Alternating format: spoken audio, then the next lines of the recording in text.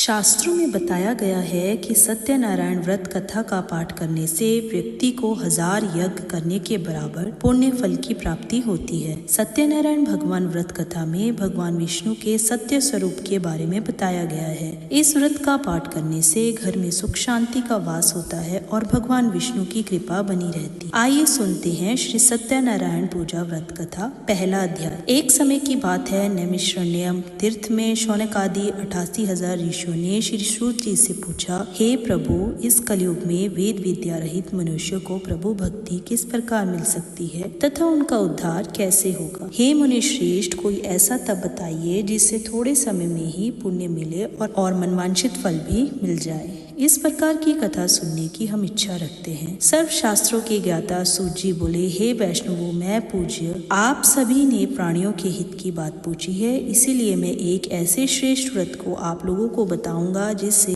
नारद जी ने लक्ष्मी नारायण जी से पूछा था और लक्ष्मीपति ने मनी श्रेष्ठ नारद जी से कहा था।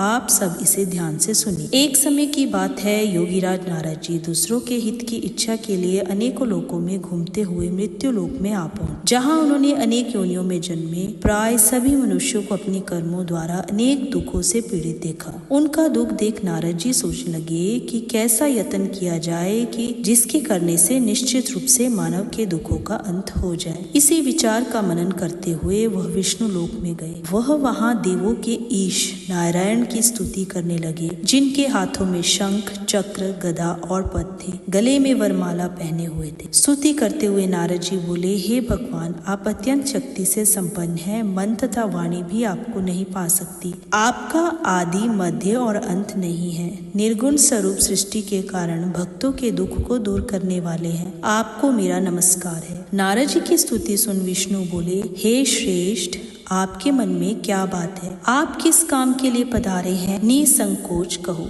इस पर नारद जी बोले कि मैं मृत्यु योग में अनेक योनियों में जन्मे मनुष्य अपने कर्मों के द्वारा अनेकों दुख से दुखी हो रहे हैं। इस पर नारद मुनि बोले कि मृत्यु लोक में अनेक योनियों में जन्मे मनुष्य अपने कर्मों के द्वारा अनेकों दुख से दुखी हो रहे हैं। हे नाथ, आप मुझ पर दया रखते हैं तो बताइए कि वो मनुष्य थोड़े प्रयास से ही अपने दुखों से कैसे छुटकारा पा सकते। श्री हरि बोले, हे नारद, मनुष्यों की भलाई के लिए तुमने बहुत अच्छी बात पूछी है। जिसके करने से मनुष्य मोह से छूट जाता है, वह बात मैं कहता हूँ, उसे सुनो। स्वर्ग लोक व मृत्यु लोक दोनों में दुर्लभ उत्तम व्रत है, पुण्य देने वाला है। आज प्रेम वश होकर मैं उसे तुमसे कहता हूँ। श्री सत्यनारायण भगवान का यह व्रत अच्छी तरह विधान पूर्वक करके मनुष्य तुरंत ही सुख भोग कर मरने पर मोक्ष पाता है। श्री हरि के वचन सुन नारद जी बोले, उस व्रत का फल क्या है? क्या विधान है? व्रत किसने किया था? व्रत को किस दिन करना चाहिए? सभी कुछ विस्तार से बताइए। नारद जी की बात सुनकर श्री हरि बोले, दुख व शोक को दूर करने वाला, सभी स्थानों पर विजयी दिलाने वाला,